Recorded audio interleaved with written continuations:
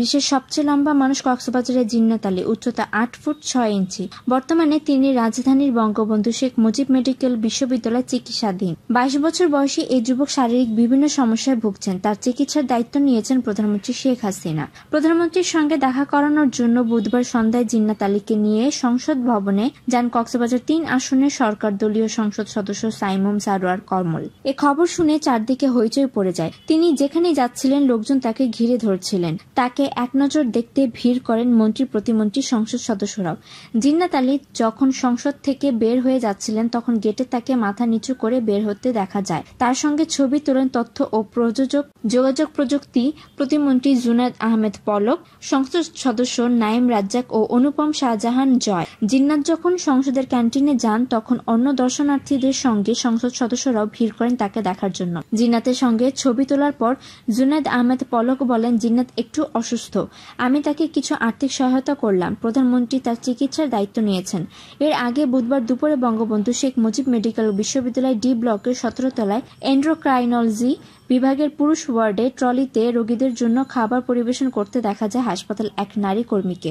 17 নম্বর বেডের সামনে আসতেই ট্রলি থেকে খাবার ভর্তি 3টি ট্রে বের করলেন। প্রতিটি ট্রেতে ছিল ভাত, এক টুকরো মাছ আর পাতলা ডাল। পাশের ওয়ার্ড থেকে অন্য রোগীদের 100 জন আরেকটি ট্রেতে করে খাবার দিয়ে গেলেন। এত খাবারেও নাকি জিন্নাত আলী নামের ওই রোগীর জন্য যথেষ্ট নয়।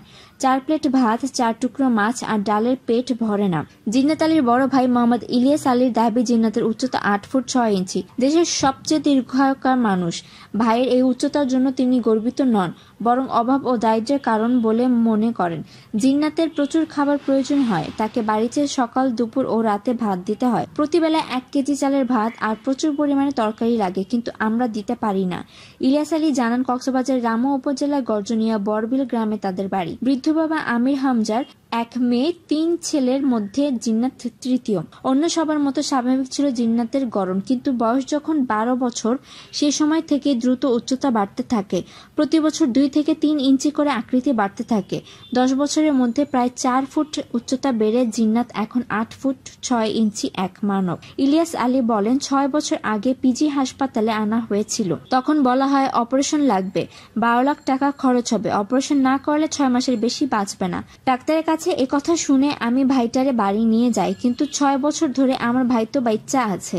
এবার ঢাকায় কেন আনা হয়েছে? জবাবে ইলিয়াস বলেন, ডান পায়ের চেয়ে জিন্নাতের বাঁ পা একটু বেশি লম্বা। এই পায়ের গোড়ালি ফুলে গেছে, পায়ে পানি জমে যাচ্ছে, ব্যথা করে। আমাদের এলাকার এমপি সাহেব এই হাসপাতালে ভর্তি করিয়ে দেন। ঢাকায় আনতেও কষ্ট করতে হয়েছে। 126 কেজি ওজনের জিন্নাতকে অ্যাম্বুলেন্সে তোলা যায় না, চেয়ার কোচে করে আনতে হয়েছে। বাসে তোলার সময় শরীরে ব্যথা লেগেছে। বিএসএমএমইউর মেডিসিন বিভাগের প্রধান অধ্যাপক মোহাম্মদ আবদুল্লাহ বলেন, জিন্নাতের মস্তিষ্কে টিউমার রয়েছে বলে মনে হচ্ছে। এছাড়া হরমোন সমস্যার কারণে ওর উচ্চতা বৃদ্ধি পাচ্ছে।